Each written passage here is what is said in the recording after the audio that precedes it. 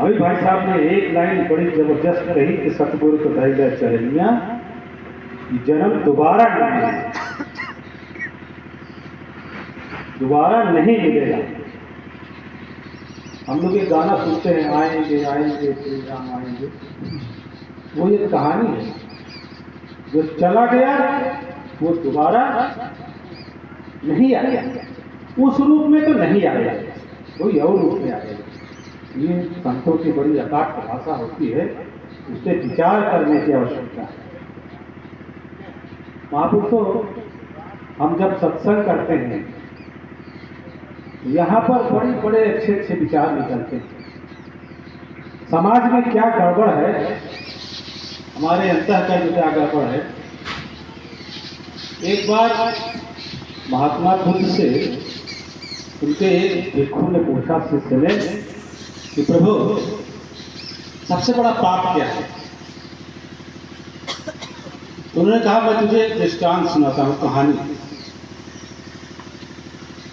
कहने लगे, एक राजा था, बड़ा धर्मात्मा था, बड़ा दयालु था। उसके राज्य में सब सुखी थे। जिसको कोई देखता था गरीब है तो उसको सेवा देता था, सहायता करता था। लेकिन उसने देखा कि हमारे राज्य में बहुत सारे अंधे हैं, अब उनकी हम क्या व्यवस्था करें, वो तो अपने से काम भी नहीं कर पाएंगे। तो उन्होंने क्या किया कि एक आश्रम बना दिया और उसमें जितने अंधे थे राज्य के सबको इकट्ठा करके भोजन पानी सबकी व्यवस्था कर दी। करीब 100 अंधे मनुष्य वहां पर रहते थे और उनकी सेवा खाना पीना की सब व्यवस्था राजा स्वयं करते। एक दिन उनकी व्यवस्था में खीर बनी खाने की। अब खीर बन रही थी, पता नहीं कहां से एक सांप आया, गर्मी की वजह से उस खीर में विष डाल के भाग गया। किसी ने देखा ही नहीं, न रसोइये ने देखा, न और कोई आदमी थे। जब विष डाल के चला गया तो वो खीर अंधे लोगों ने खाया, सबकी मृत्यु हो गई। जब मृत्यु हो गई तो राजा सुना तो बहुत दुखी हुआ, मैंने तो ये सेवा के लिए इतनी व्यवस्था किया था और ये तो बहुत ही अनर्थ हो गया। बड़ी ग्लानि हुई, इतनी ज्यादा उसको ग्लानि हुई कि वो अपना वो राजपाट दूसरे को सौंप करके चला गया जंगल में। दुखी होकर के जा रहा था, शाम हो गई, एक गांव में आखिर पहुंचा तो उसने कहा, भाई हमको रात रुकने की व्यवस्था हो सकती है? तो गांव वालों ने कहा, भाई हमारे यहाँ रात नहीं रुक सकते।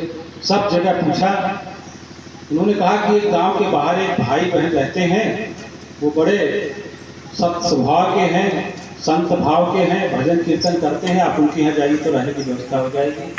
तो राजा उनके यहाँ गया, उनसे कहा कि भाई हमको एक रात रुकने की व्यवस्था कर सकते हैं? कहाँ, कोई बात नहीं, आप रहिए। तो राजा वहाँ रुका, खाना पीना खाया, बाहर सो गया। सवेरे वो दोनों भाई बहन उठे तो बहन जो है नहा धो करके वो ध्यान में बैठती थी, तो उस दिन थोड़ा ज़्यादा देर ध्यान तक लगाए रहे। तो भाई ने पूछा, बहन आप ज़्यादा देर तक ध्यान काहे लगाए रहे?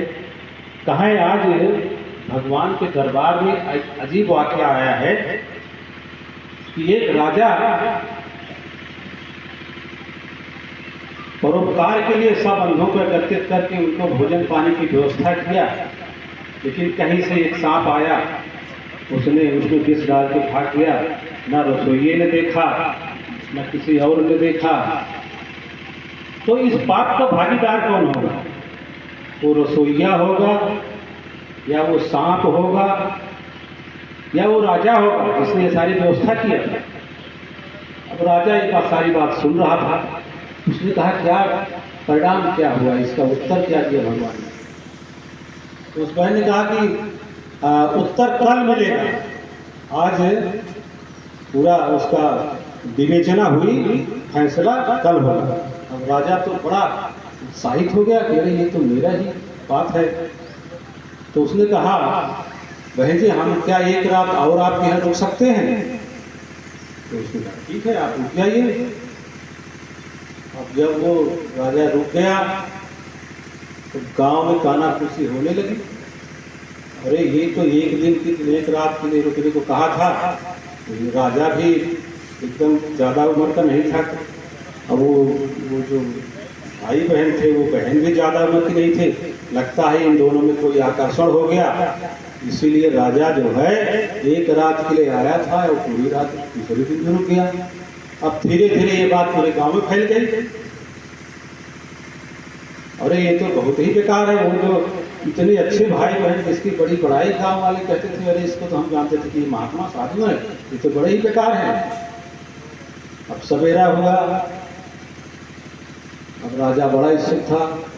बहन ने फिर ध्यान लगाया, ध्यान से उठे तो राजा ने पूछा क्या फैसला हुआ? ये पाप किसको लगा? वो सांप को लगा जिसने जहर डाला था, या रसोईया जो बना रहा था, या वो राजा जो इतनी व्यवस्था किया था? तो बहन ने बताया कि भगवान का फैसला है कि ये पाप तो पूरे गांव वालों में बट गया। जो जो बुराई कर रहे थे ये सारा पाप उनके पास बैठा है, और वो जो है न राजा दोषी है न सांप दोषी है। तो उन्होंने कहा देखो, आज के समाज में सबसे बड़ा पाप है बुराई करना, एक दूसरे की बुराई। बहुत अच्छा सत्संग हुआ और बाद में देखा अरे ये कमी रह गई, ये कमी रह गई, फलाने ऐसे किए। और इस बुराई की जननी क्या है?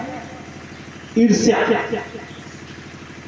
द्वेष, जलन, एक दूसरे से ईर्ष्या है। आज समाज हम किसी को देखना नहीं चाहते।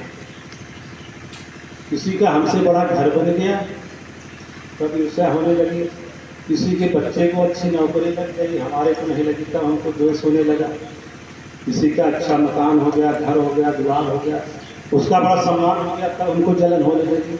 तो महापुरुषों, ये सत्संग ये हमको यही सिखाता है कि हम इस ईर्ष्या, द्वेष और जलन, बुराई उससे बचे।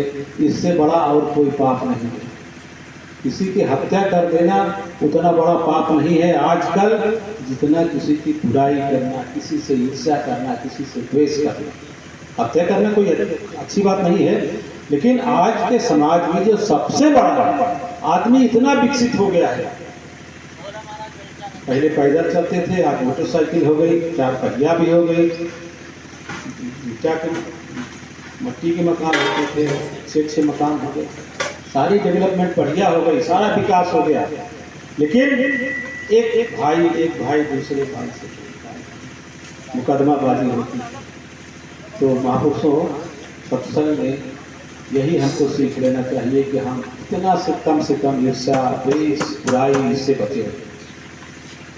और अभी आपने शनिवार रविवार को कटरा में समागम देखा, आपने आनंद उठाया। दास तो इसलिए भी आया कि अगर सत्संगत की तरफ से या दास की तरफ से कोई त्रुटि हो गई हो, कोई गलती हो गई हो, तो दास हाथ जोड़ के क्षमा चाहता है पूरी साथ संगत की तरफ से भी और दास अपनी तरफ से भी। कोई अगर कमी रह गई हो तो उसको छोटा बच्चा समझ करके माफ। प्यार से सतगुरु महाराज की